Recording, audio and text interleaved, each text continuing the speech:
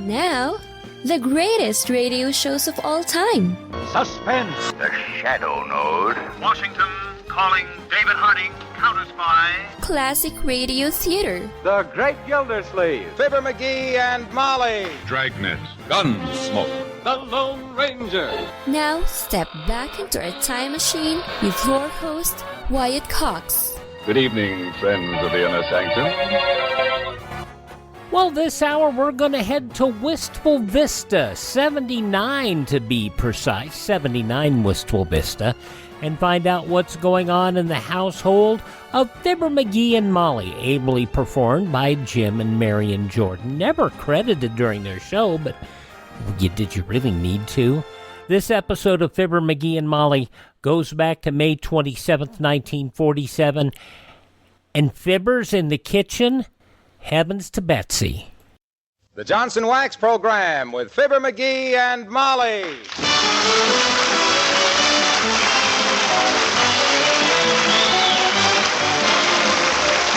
The makers of Johnson's Wax Products for home and industry present Fibber McGee and Molly with Bill Thompson, Gail Gordon, Arthur Q. Bryan, and me, Harlow Wilcox. The script is by Don Quinn and Phil Leslie. Music by the Kingsmen and Billy Mills Orchestra.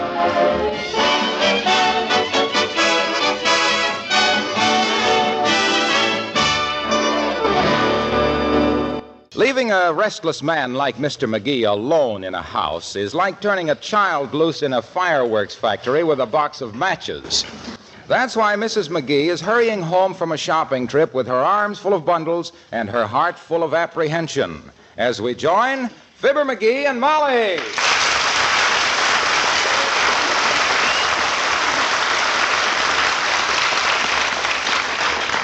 I suppose it's silly worrying like this. He doesn't have to get into trouble every time I leave. But he always does. The last time I left him alone... Oh, McGee, dearie, I'm home. McGee, where are you? McGee? Is that you, Molly? Come on out in the kitchen. I got a surprise for you. Oh, no, not again. Heavenly days, my kitchen. What happened? Did the stove blow up? What do you mean, did the stove blow up? Can't a man do a little cooking without a lot of nasty comment? Well, I hate to seem critical, dearie, but I haven't seen so many disgraceful-looking pots since the fat man's race at the Elks picnic. What are you making? Shrimps McGee. I beg your pardon? Shrimps McGee. It's an old family recipe I found in the attic. My grandmother brung it east in a covered wagon in 1849. The covered wagons went west, sweetheart. Not with Grandma, they didn't. That old gal wasn't going to ride 2,000 miles with the sun in her eyes. Touche. Huh? I said touche. Oh. That's a French word meaning pull your dagger out of my biceps. I'm bowling tonight. Well, let me see now. I better check this recipe again. Let's see now. I got the... Hey, is there a spring house around here anyplace? A what? A spring house. The recipe says run down to the spring house and fetch a crock of butter and have Miller grind 5 ears of corn. Well, I can't do it right away, Pet. I have to oil my spinning wheel. And then go shoot some squirrels for dinner. Look, would I be prying into the family secret, sweetheart, if I asked what this mess is boiling on the stove? This mess? Why, that's the sauce. It's the sauce that's the main thing with Shrimps McGee. Yeah? Betcha. In 15 minutes, I add 2 tablespoons full of sorghum molasses, 5 drops of vinegar, twist of an orange peel, and a pint of horseradish. A what of horseradish? A pint. It says right here that... Oh, it says a pinch of horseradish. No. Grandma's handwriting is a little wriggly. This is the trickiest recipe. Now, if that's Oscar of the Waldorf, I'll pretend I don't know you. Come in. McGee? Oh, we're out in the kitchen, Latriv. Oh. Hello there. I was just going... Good heavens, what are you doing? Moving? No, we're not moving. It's a logical question, however, sweetheart. You've got dishes out that I'd forgotten we had. I'm making Shrimps McGee, Latriv. Old family recipe. My grandmother was notorious for it. I'll bet she was. Was she terribly lonesome, McGee, after the family ran away? They didn't run away, Mr. Mayor. They were carried away. Okay. Scoff if you want to deride. But by George, when you fling a lip over this, it's time to put in the potatoes. Hand me that bowl over there, Latriv. Oh, yeah, here you are. Did you say potatoes? That's what I says, potatoes. What's the idea of cutting them into cubes and putting all those black spots on them? Well, the recipe says dice 7 to 11 potatoes.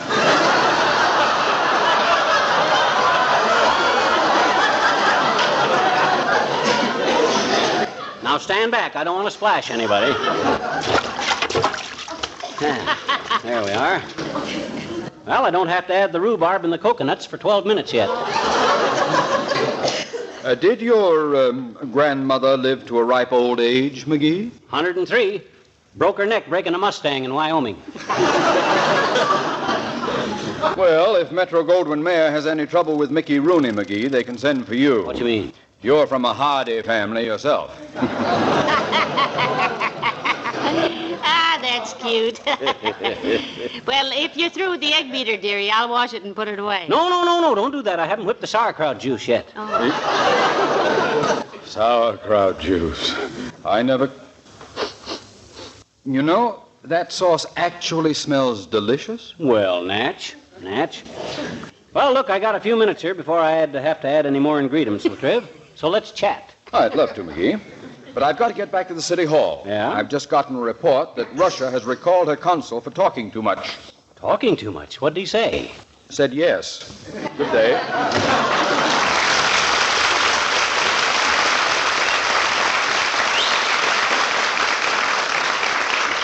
My goodness, if there's one thing I don't understand, it's international politics. No, me either. Give me something simple like one of Grandma's recipes. Hey, hand me my razor there, will you, on the sink? What's the razor for? Well, the recipe says shave 3 carrots, and I got them all lathered up here, ready to go.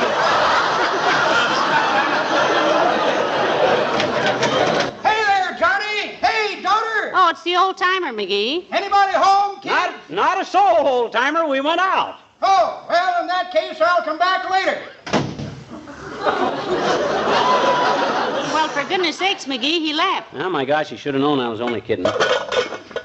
Boy, oh boy. Just get a whiff of that stuff, will you, Molly? Don't it smell good?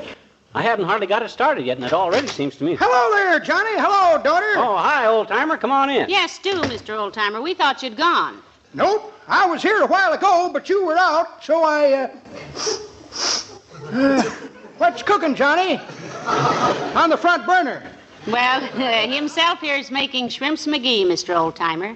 It's a recipe that's been handed down through his family for years. And personally, I'd hand it right back. We had something like that in our family, daughter. Yeah? It was handed down from father to son, son to grandson, grandson to nephew, and nephew to me. None of us ever cared much for it, though. You didn't, eh? What was it? Whooping cough.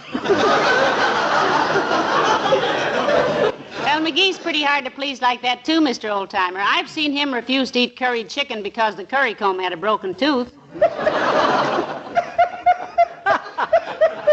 That's pretty good, daughter, but that ain't the way I heard it. The way I heard it, one feller says to t'other feller, he says, see where one of them Eastern hotels has got a device now that makes the bed, sweeps the floor, and airs out the room all at the same time. Is that so, says t'other feller. What is it, a vacuum cleaner gadget?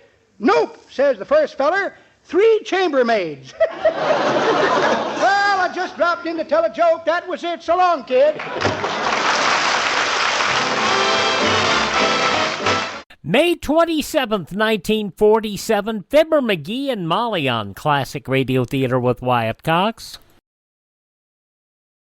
Classic Radio Theater with Wyatt Cox. A lot of these great old radio shows didn't really hit their stride till the 40s. If you've heard some 30s, Fibber McGee and Molly, you know what I'm talking about. And it wasn't just Fibber McGee and Molly. Jack Benny, Burns and Allen, and some of the others, they really didn't hit their stride until they'd been through a few seasons. Back to Fibber McGee and Molly and Shrimps McGee, May 27th, 1947. Well, I'll certainly be glad when you finish your grandmother's recipe, dearie. Yeah? My kitchen looks like an explosion in a dining car. Well, Shrimps McGee is a complicated concoction, Tootsie. The only dish I know of that takes more time is acorns bordelaise. Acorns bordelaise. What's that? That's a delicacy that really takes time. Why? Well, you soak an acorn in salt water and peanut oil for 5 weeks, then plant it in rich topsoil. Yeah? When the oak tree is shoulder high, you rub the bark every 2 years with nutmeg and throw away the first 6 crops of acorns. The 7th crop you store 8 months in a dry room in a white muslin bag. And then? Then you throw away the acorns, make a chef's cap out of the muslin bag, and fry yourself a manhole cover, which by that time will taste like a crepe Suzette.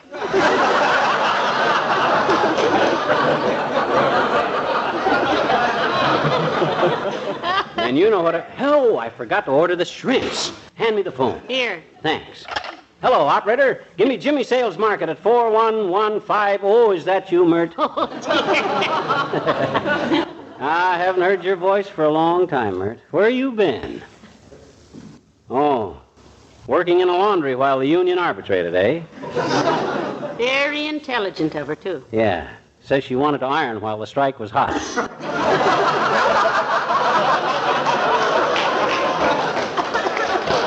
Hey, Mert, give me the market, will you? I forgot to order some shrimps, and I says I forgot to order some... Oh, I did? Oh, thanks a lot, Mert. She says I called up and ordered them 3 hours ago. Well, maybe we can deduct our phone bill as secretarial service. Yeah.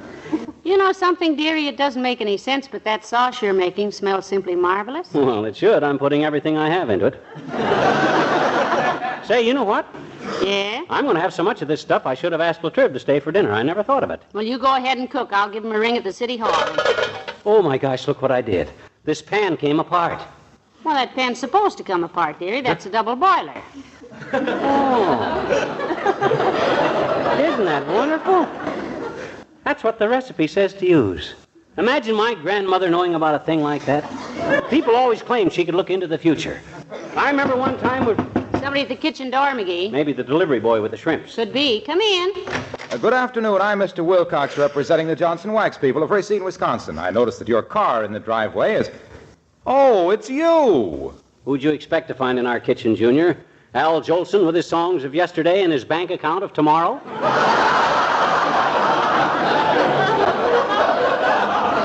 We live here, Mr. Wilcox, remember? Oh, sure, but I usually come in the front door. Coming around the backyard like this over fences, I was a little confused. Over fences? A dog was chasing me. Whose dog? I don't know. Big brown one with red eyes and 3,000 teeth. I think it was an Afghan. Well, it couldn't have been so vicious then, Mr. Wilcox. No. You know, my Aunt Sarah's crocheted several of them, and all they do is lie across the foot of the bed. An Afghan is also a dog, Molly. That'd be old Will Conley's dog down the street, Junior. Very gentle animal till it takes a dislike to somebody, and he hasn't found anybody he likes yet. Why was he after you, Mr. Wilcox? Well, he thought I was trying to steal Mr. Connolly's car, I guess. Were you? No, I was just polishing it up for him with Carnew. Did old Conley ask you to polish his car, Junie? Well, no, he didn't. Mrs. Connolly did. Oh. She told me to show him how simple it was with Carnew because he was so lazy he wouldn't do anything unless it was easy. He was watching me out the window. Yes, and then? Well, I started applying Carnew, rubbing just hard enough to loosen the grime, and then let it dry to a white powder, you see. Mm-hmm. Well, as long as you're wound up, schoolboy, finish the pitch. Well, that's really all there is to polishing a car with Carnew. After it dries, you just wipe it off. Cleans and polishes in one easy application. That's why it's the most popular car polish on the market. With Carnew, you get more pride with less perspiration. You see... What's the matter, Waxy? What do I smell? What's cooking? It's wonderful. Why, it's the sauce McGee is cooking, Mr. Wilcox. He's making shrimps McGee for dinner. Yeah. Makes your taste buds burst into bloom, don't it, Bud? You like shrimps? Stay and have dinner with us. Can you, Mr. Wilcox? Can I? Why, kids, you've saved my life. My wife isn't cooking dinner for me tonight anyhow. She isn't. Why not? Why should she? I'm eating with you. Well, call me when the shrimps are ready. I'll be in the living room reading your book. You know, this might turn out to be quite a party, dearie. Well, we got plenty of stuff. See if you can get Doc Gamble and Wimple to come over, too. All right, I will. And, dearie, when you fill all the pots and pans in the kitchen, there are 2 laundry tubs in the basement and a sprinkling can in the garage. Let me know if there's anything I can do for you. Okay, Snooky. There goes a good kid. She thinks I'm making half of this recipe up as I go along. But she's so wrong. I'm making it all up. If my grandmother ever had it. Come in. Hi, Mr. Wilcox. Where's Mr. McGee? He's out in the kitchen, Teeny. Oh, thank you. Hi, Mr. McGee. Oh, hello there, Teeny. Now, don't get in my way now because I'm very busy. Sure looks like it, I bet you. What you cooking, mister? Special recipe, sis. Shrimps McGee. Been in the family for 100 years. Oh, and they're still good? The recipe, sis, not the shrimps. Now, look, I'm a very busy man. Was there anything you wanted? Sure. Okay, let's have it. I got a little problem in arithmetic, mister. You have, eh? Yes, I says you have, eh? You have what? A little problem in arithmetic. Who? You. Me? Yes. I know it.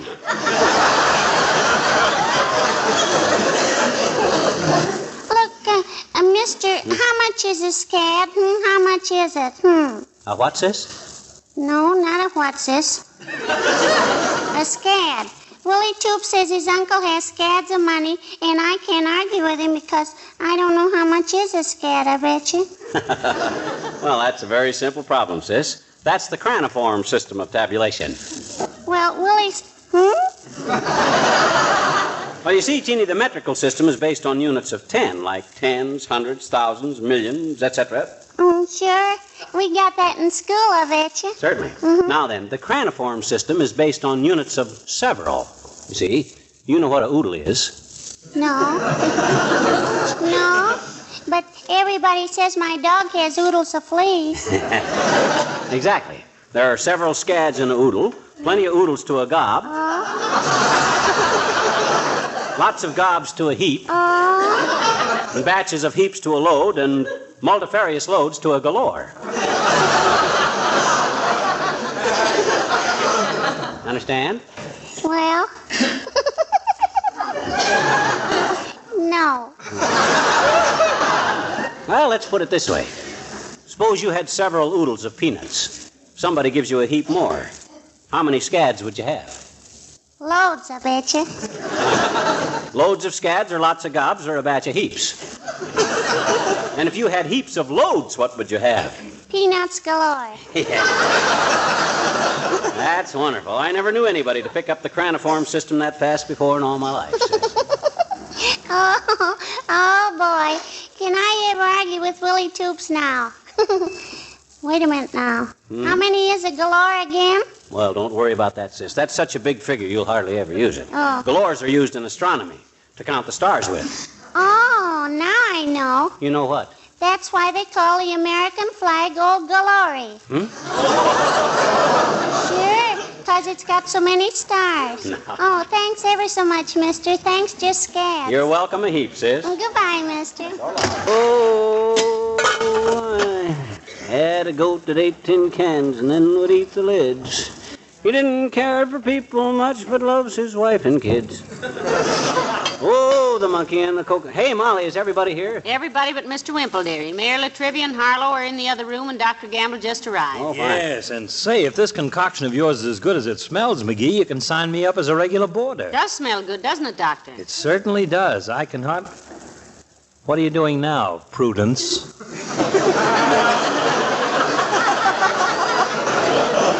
I'm adding the final touch to this recipe, Nosy. It says squeeze 2 lemons, and I'm squeezing them. But you didn't cut them in two, dearie. It didn't say anything about cutting them in 2. Just said to squeeze them. When I follow a recipe, I follow it. You may be following it, but you'll never catch up with it. By the way, my dear, what's the name of this dish the little twitch puss is whipping up?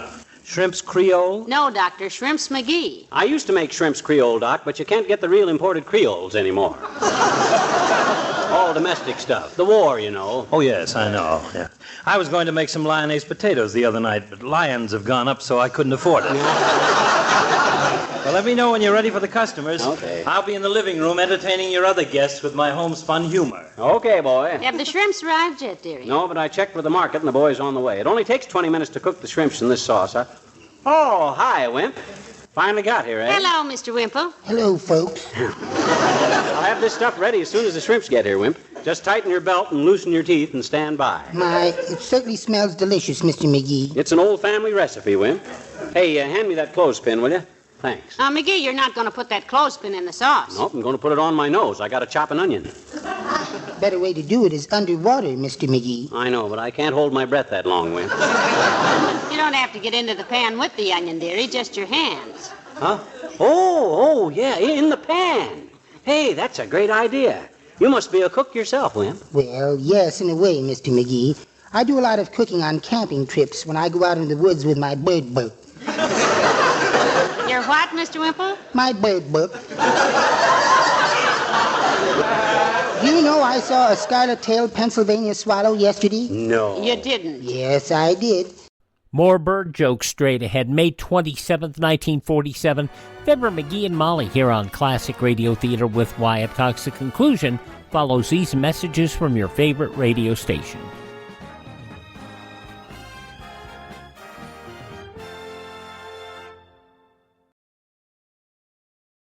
Just going to take a minute here to tell you about the big savings going on now, the clearance sale at mypillow.com.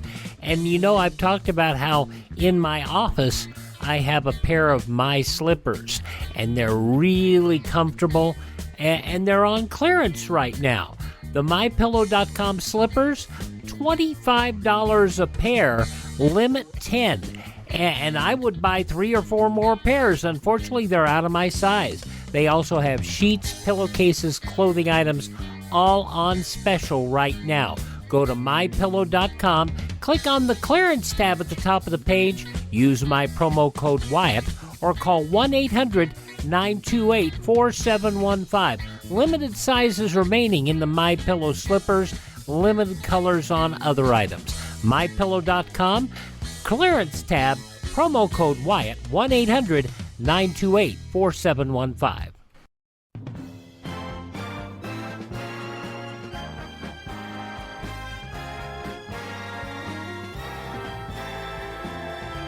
Thanks for tuning in to Classic Radio Theater with Wyatt Cox. Now the conclusion of Fibber McGee and Molly as he's cooking.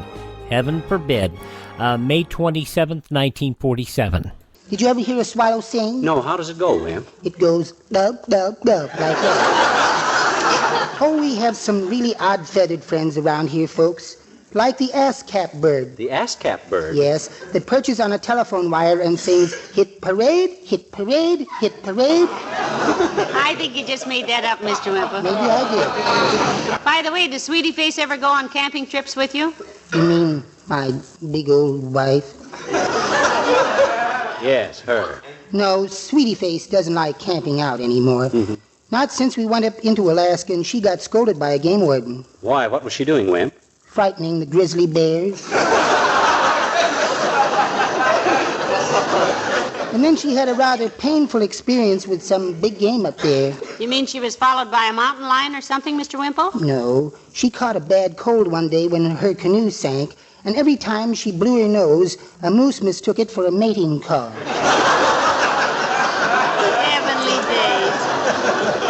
Well, how did her canoe happen to sink? Strike a snag or something? No. Somebody had deliberately punched a little hole in the bottom of it. Well, how do you know somebody did it deliberately? Oh, I know all right. Well, I'm afraid I'm a little in the way here. I'll go join the other fellows. Besides, I think I saw some stuffed dates on the coffee table. You know, McGee, I used to feel sorry for Mr. Wimple, but I'm beginning to wonder. Me too. When it comes to Sweetie Face, he has more dirty tricks than a bridge game in a coal mine. Hey, those shrimps ought to be here any minute. How many did you order, sweetheart? Oh, plenty. A whole pound. A pound? Why, good heavens, McGee, that would barely be enough for you and me, to say nothing of all those hungry men. What? Don't they swell up like beans? No. Oh, my gosh. Are you sure? No. Oh, it's too late to get any more. The market's closed by now, and I... Come in. I'll take it, son. Much obliged.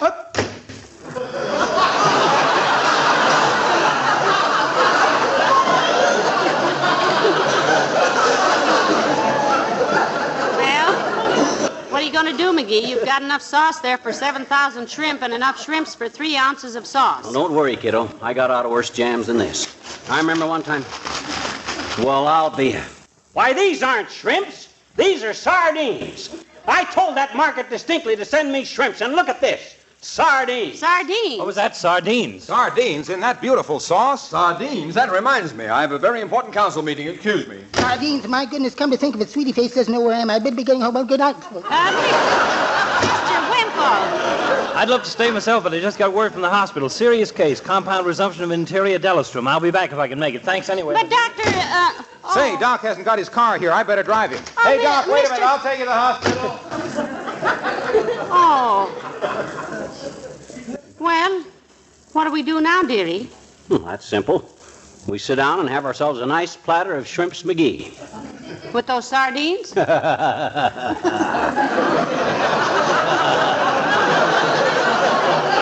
I'm no fool, kiddo. These aren't sardines. These are shrimp. And you were right. There's just enough for the two of us. What would Madame like for an appetizer?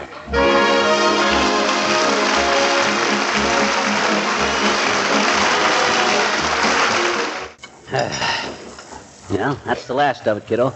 Not bad, eh? Best shrimp I ever ate. Yep. I'd like to propose a toast, dearie. Whom to? To your grandmother. Oh. May she rest in peace and in the knowledge that the McGee tradition of culinary perfection is being carried on. Thank you.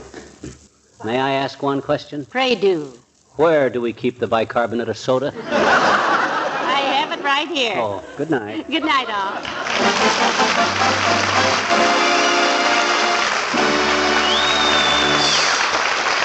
This is Harlow Wilcox speaking for the makers of Johnson's Wax Products for Home and Industry, inviting you all to be with us again next Tuesday night. Good night.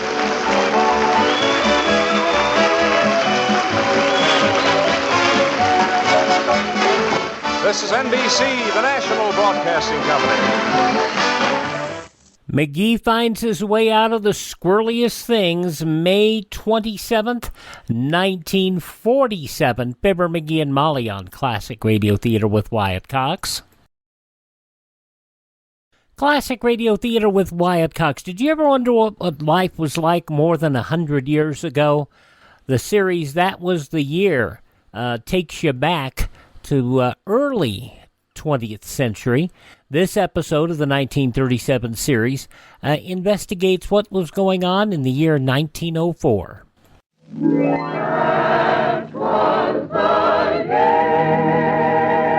That was the year, recreating notable events of passing time, reviving memories of men and women who have contributed to the history of a modern world.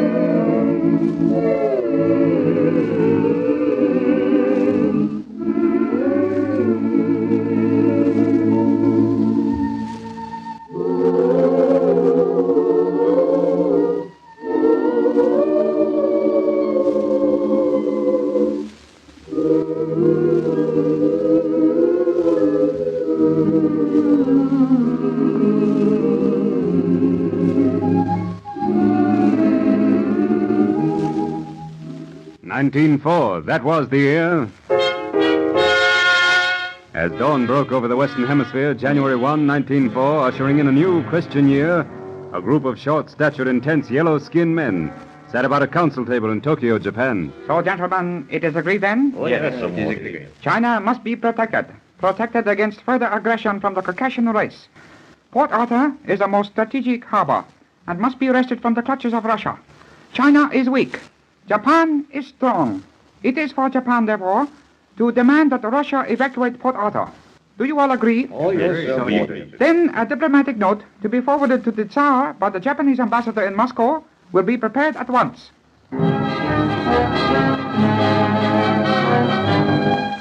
Note after note sped between the two countries, the rest of the world viewing with growing apprehension the ever-weakening link of Russo-Japanese amity.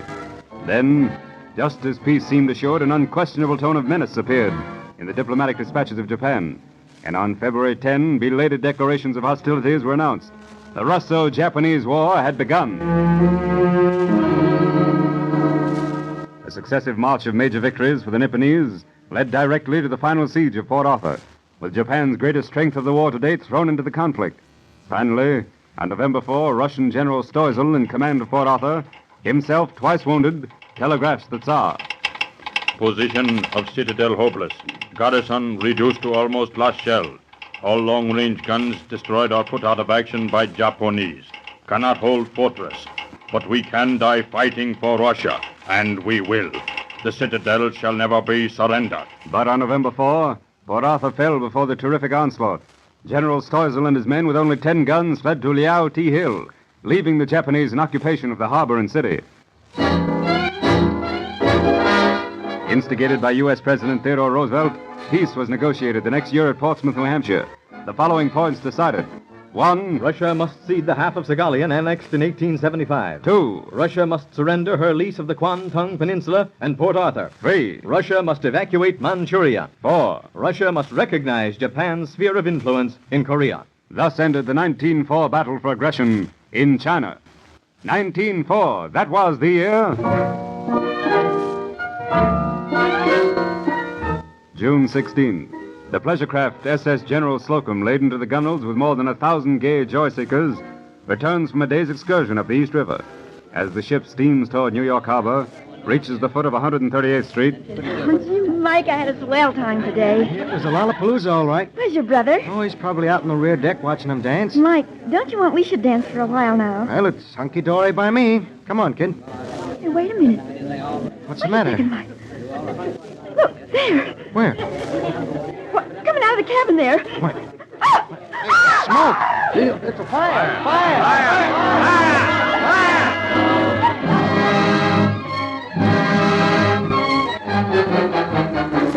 Panic transformed the laughing crowd into a seething mass of screaming maniacs. Hundreds who were not pushed through the weakened rails jumped overboard, only to sink beneath the churning water weighted down by inadequate life preservers. Others, their clothing on fire, leaped to their deaths. Private yachts and commercial tugboats sped to the disaster, effected heroic rescues. But when the toll was taken, more than 900 lives had been forfeit. The 6 officers and directors of the Knickerbocker Steamship Company, owners of the General Slocum, were called upon to explain why the Slocum's life preservers were rotten, why the fire hose burst when subjected to pressure of the ship's pumps.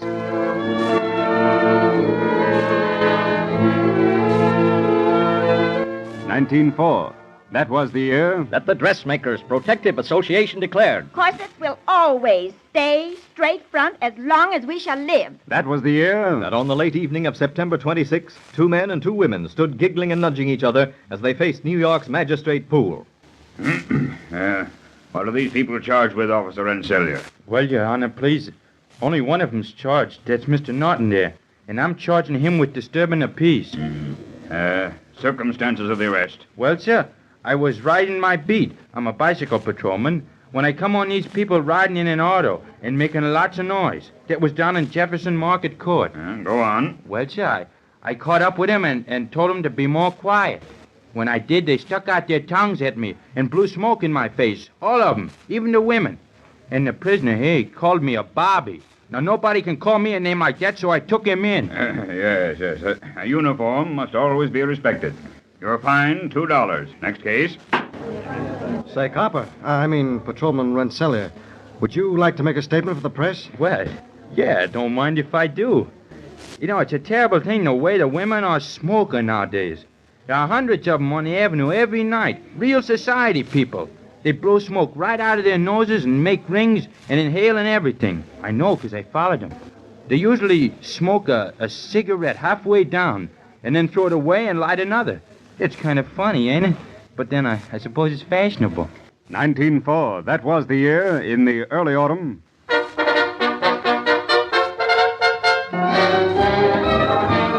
We are prepared to prove that Republican campaign funds for the forthcoming national election have been largely derived from the big Wall Street trusts.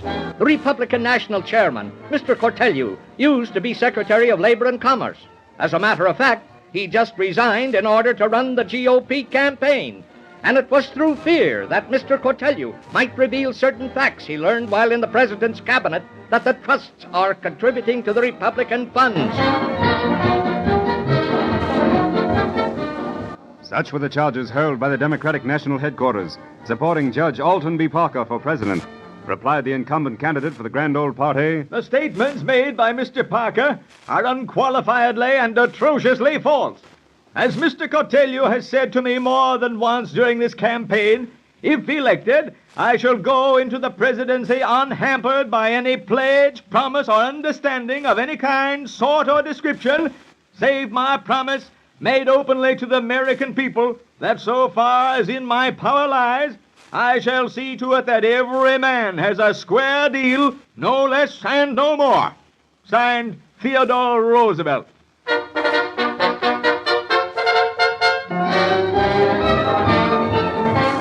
But despite Democratic accusations and a delayed Rooseveltian reply, betting odds on the eve of election, November 7, were 5-1 in favor of Roosevelt.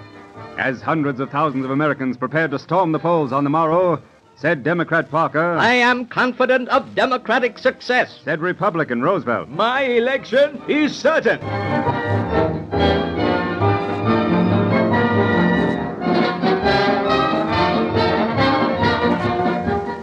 Polling a majority of electoral college votes larger than the total number of votes for the Democratic candidates, Theodore Roosevelt and his vice presidential running mate were overwhelmingly elected. Following the election, TR's official statement. I am deeply sensible of the honor done me by the American people in thus expressing their confidence in what I have tried to do. I appreciate to the full the solemn responsibility this confidence imposes upon me, and I shall do all that in my power lies not to forfeit it.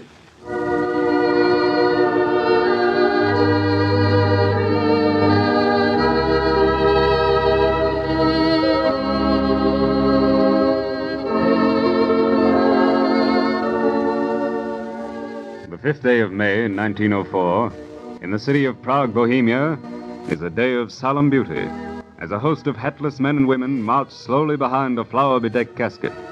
Therein lies the mortal remains of one of the world's truly great modern composers, who but a few days before had known his first musical failure, the artistic collapse of an opera which he had hoped would be his final crown of success.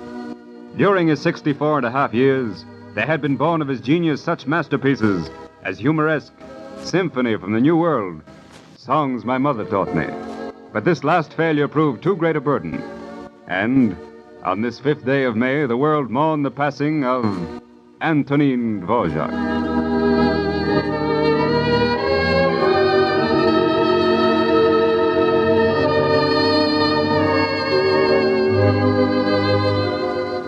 '94, that was the year that you were reading such bestsellers as The Little Shepherd of Kingdom Come by John Fox Jr., The Crossing by Winston Churchill, Rebecca of Sunnybrook Farm by Mrs. Kate Douglas Wiggin. That was the year that you were attending the theater to enjoy Richard Mansfield and Ivan the Terrible, James K. Hackett and The Fortunes of the King, Margaret Anglin in The Eternal Feminine. And that was the year 1904 that you were singing Michael Kelly with his sweetheart came from County Cork, and bent upon a holiday they landed in New York. They strolled around to see the sights, alas, it's sad to say, poor Kelly lost his little girl upon the Great White Way. She walked uptown from Herald Square to 42nd Street. The traffic stopped as she cried to the copper on the beat. Has anybody here seen Kelly? K-E-double-L-Y. Has anybody here seen Kelly? Have you seen him smile? Sure, his hair is red, his eyes are blue, and he's Irish through and through. Has anybody here seen Kelly? Kelly from the Emerald Isle. Over on Fifth Avenue a band began to play. 10,000 men were marching, for it was St. Patrick's Day. The wearing of the green rang out upon the morning air. 'Twas Kelly's favorite song, so Mary said, I'll find him there. She climbed up on the grandstand in hopes her might she'd see. 500 Kellys left the ranks in answer to her plea. Has anybody here seen Kelly? K-E-double-L-Y. Has anybody here seen Kelly?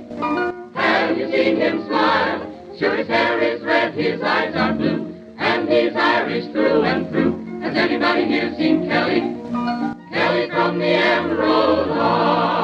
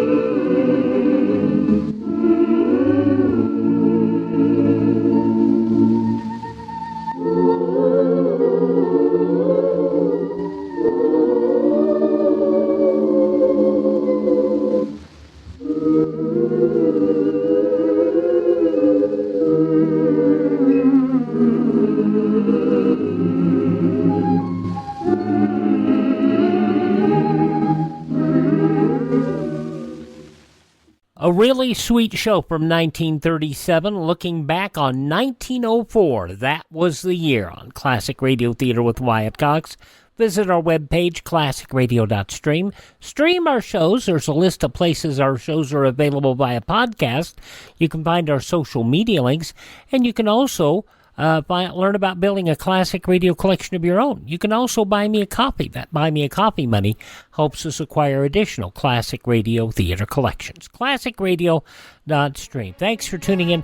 Tell all your friends the greatest radio shows of all time are right here at this spot on the dial. Classic Radio Theater with Wyatt Cox on your favorite station.